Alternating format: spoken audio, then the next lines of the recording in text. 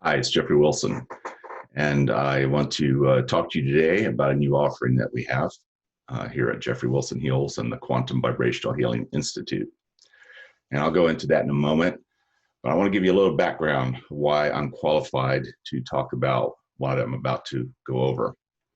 For 23 years, most of my young adult life, for 23 years, I took 5 pharmaceutical drugs every day.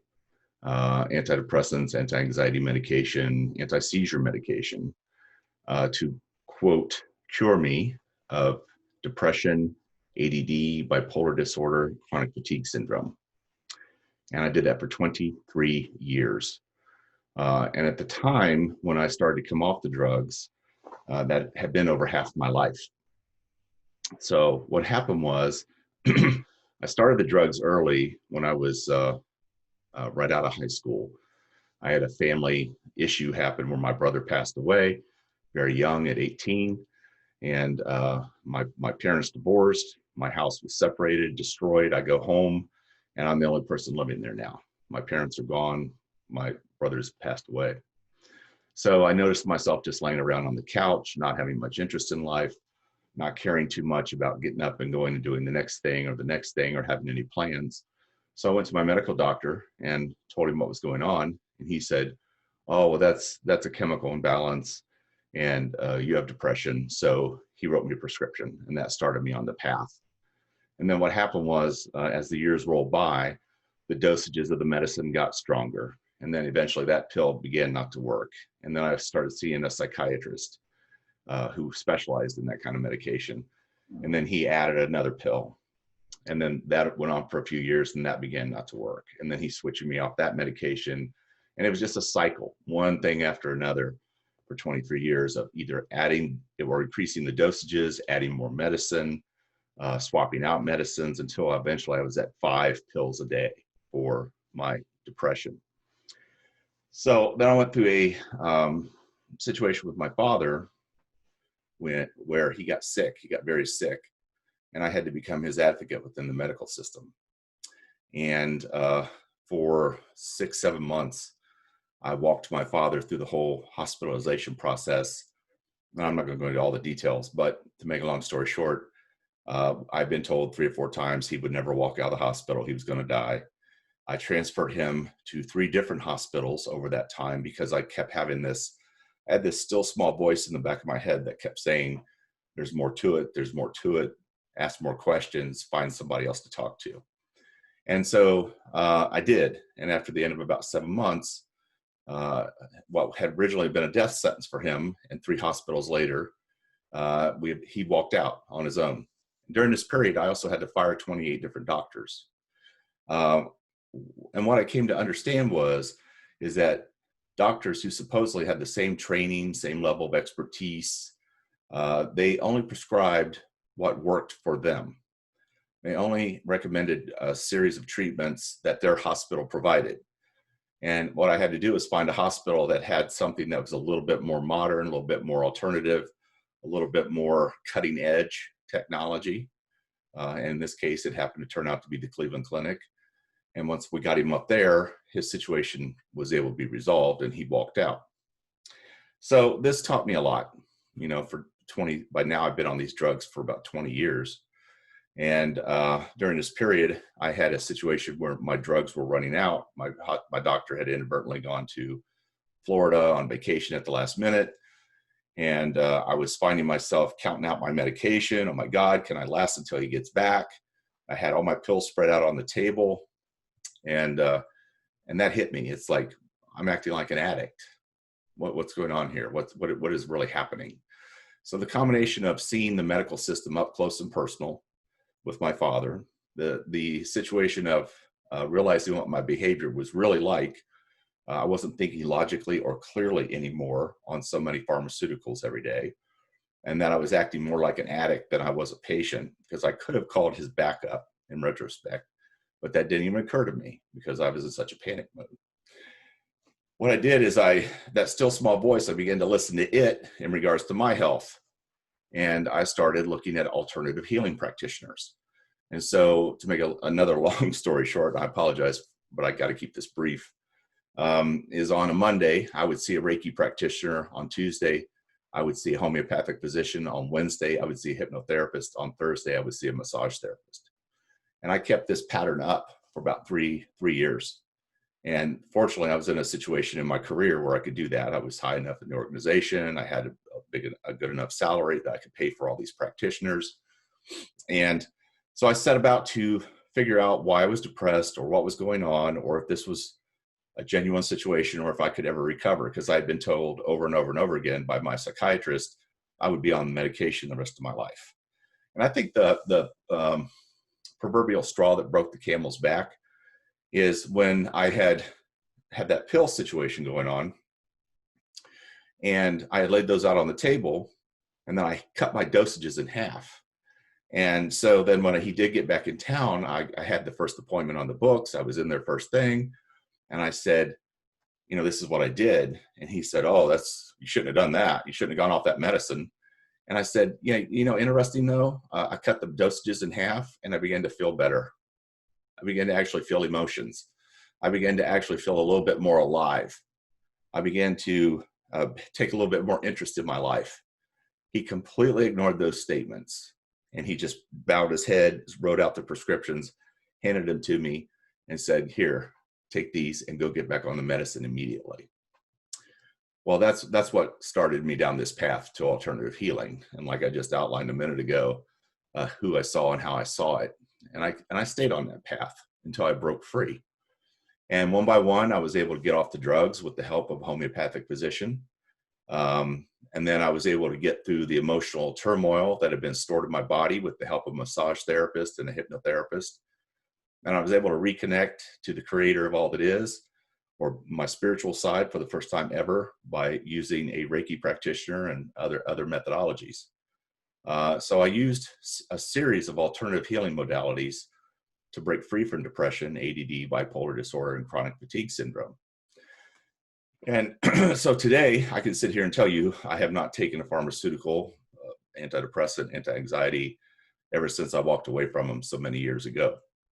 And I do not have the labels of depression, ADD, bipolar disorder, or chronic fatigue syndrome. So that's my personal story. Now, what I did is I wrote a book, and this is a copy of it. It's called Irrational Medicine, and it's subtitled The Antidepressant Crisis and How to Avoid Unnecessary Behavioral Drugs. It got published. I toured the country, and I thought I could encourage people to do it the way I did it. And as I talked to people all over, they read my book. They thought it was marvelous. They got so much out of it. And some people actually did what I did, but very few. And so then I set the intention to the universe. I said, okay, you want me to be of service? Show me a way to do faster, quicker, smarter, cheaper for people than how I did it. So instead of having to go to a different practitioner every day of the week for 3 years, I was looking for a shortcut. A couple of days later, I get a call, and it's a friend of mine who happened to be a psychotherapist. And he said, hey, there's this guy coming into town. He's from Kentucky, and he's going to talk about vibrational healing. And so I was there. I knew that was the message. I knew I had to go. So I went there and listened to this man talk for 3 hours about how everything is energy. Energy is impressed upon matter, and you are matter. And talked about all the different pieces that go into making up this spacesuit that we occupy in order to walk this earth. So I signed up for all his training, and I accomplished what I'd set out to do. And that is, I found a way to do for my clients what took me years to do is basically about a 10-year path altogether, with those last 3 being really intense. But I accomplished all that in just one session with my clients now. And it's been 5-6 years since I've been practicing his modalities and his lessons and his teachings. And I've done over 10,000 sessions with miraculous results all the way down the line. So what we're going to do now is we've got to get this to the masses, because as you know, and if you just watch the news or talk to your friends, depression is rampant in this world. Almost everybody's experiencing it now. So in order to reach more people faster, I'm going to take that automation a little bit further. And we're going to start offering a course. and I'll go into that here in a minute.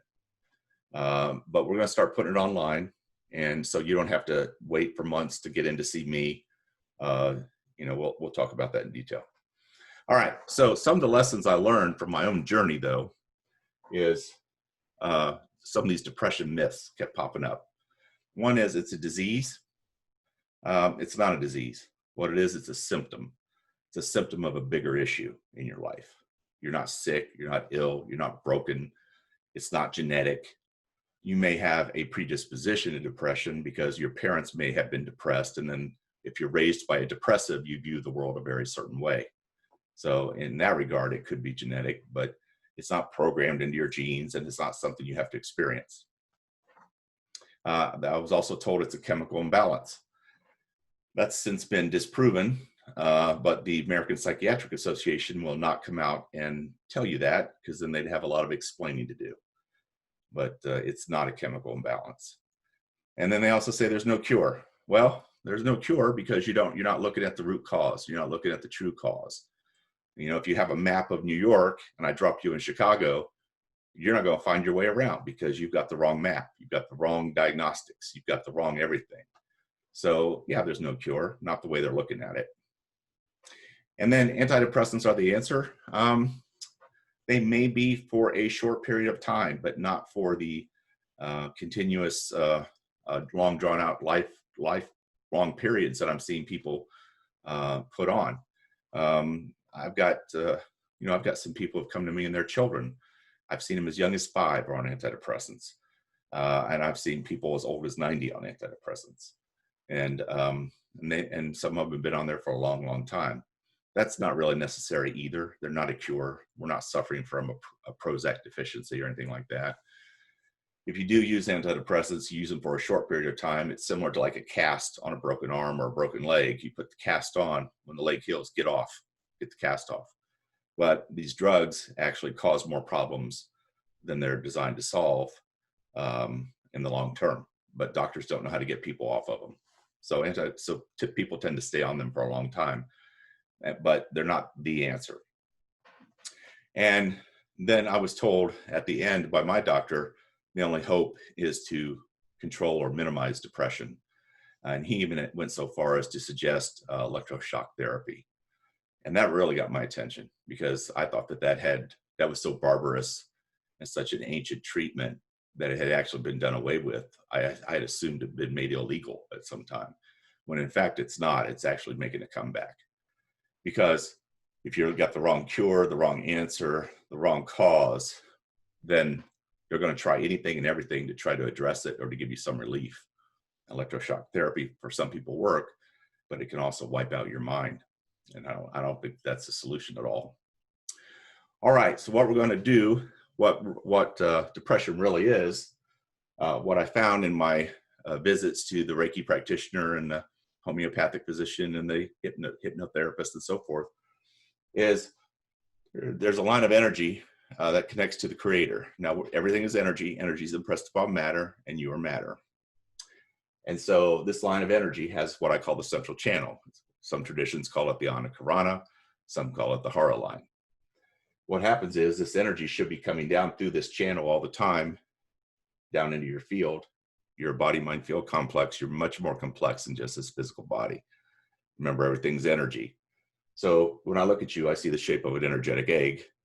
And this egg has everything in there that makes you up: your physical, mental, emotional bodies, your spiritual bodies, your soul, your central channel, your life force. But energy should be coming down from this creator and down into the channel, and you take from what you need, goes into your earth chakra, turns around, goes back up. This is supposed to be a continuous flow, a continuous circuit of energy. It's always moving, always there. When that's not there, when it gets damaged, when that connection gets eroded, that's the beginning of depression. And you can get a break here, you can get a break here, you can get a break anywhere in here. And when those breaks occur, it manifests very specifically as you do not feel safe on this planet, and you do not feel like you belong on this planet. And when those happen, that's always, always the precursor to depression. And until this gets fixed, you will never, ever find a cure, okay? Until this gets repaired. That's crucial. Again, wrong map, right map. So what I'm going to do, like I said, is I've 10,000 sessions now of doing this kind of work. Huge success all across the board. So what we're going to do is automate this and turn it into a video series or a series of clearings. And it's actually going to be the real energetic clearings that I do in session with clients. Okay. So it's going to be a little lecture too. So you'll get a little talk about a particular area, a particular subject. We may talk about the gut biome, and we may talk about how you process trauma out of the field and all those kinds of things. So you're going to get a little bit of lecture, but the biggest majority, or the majority of the clearing of the program, is you're going to get the actual energetic clearings. Okay. So we call it Going Beyond Hope, Removing Depression, Anxiety, and PTSD.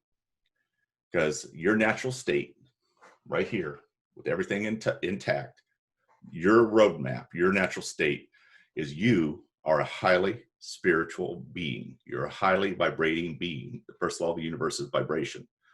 And your natural state is being happy, healthy, joyful, fearless, loving, and alive. Happy, healthy, joyful, fearless, loving, and alive. That's who you are at your core. If you doubt me, go look at any 2 or 3 or 4-year-old child. That's what you're meant to act like, or be like, or feel like, or your life should be like. It shouldn't be depressed and full of anxiety and everything else that our society is pushing upon us right now. You're happy, healthy, joyful, fearless, loving, and alive at your core. And you deserve to live there and be there every day. Going beyond hope, removing depression, anxiety, and PTSD. And that's what this course will do. This will just give you a gentle breakdown of it. It'll last over a 7-week period. Each week you will get a mail link, and in that link will be connection to the video and the clearing. And we're going to do them once a week. So you're going to get worked on once a week for 7 weeks, right? And each week we'll build on top of the next one and the next one and the next one. And I'll go into great detail in the sessions about how that works and why it's working and what to expect and all that kind of stuff. But right now it's going to be 7 weeks. In the first week, you're going to get right out of the chute, round 1 and round 2. Round 1 is putting the body-mind field complex back together. That's reassembling all this, reconnecting all this, reattaching all this, making sure that's all working. Round 2 is turning the spigot on and getting the energy of the creator back down in this field. You're an infinite being having a human experience. You are a spiritual being in a human body. And we need to get that connection going so that you've got connection back to spirit. That's super important.